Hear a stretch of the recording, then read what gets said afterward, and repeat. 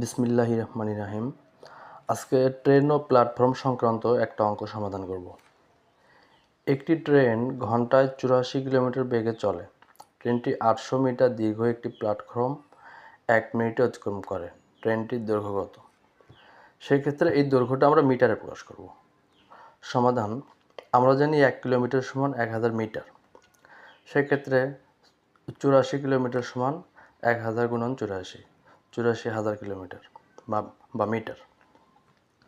তাহলে 1 ঘন্টায় যায় 84,000 মিটার, 1 মিনিটে যায়, সেক্ষেত্রে আমরা 60 দিয়ে ভাগ করব।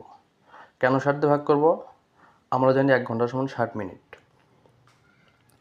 এই শূন্য দিয়ে শূন্য কাটা, এই 2 শূন্য পরে আমরা 6 দিয়ে ভাগ করব 84-কে, 6 14 84, এই 2 শূন্য এখানে দেব, 1400 মিটার।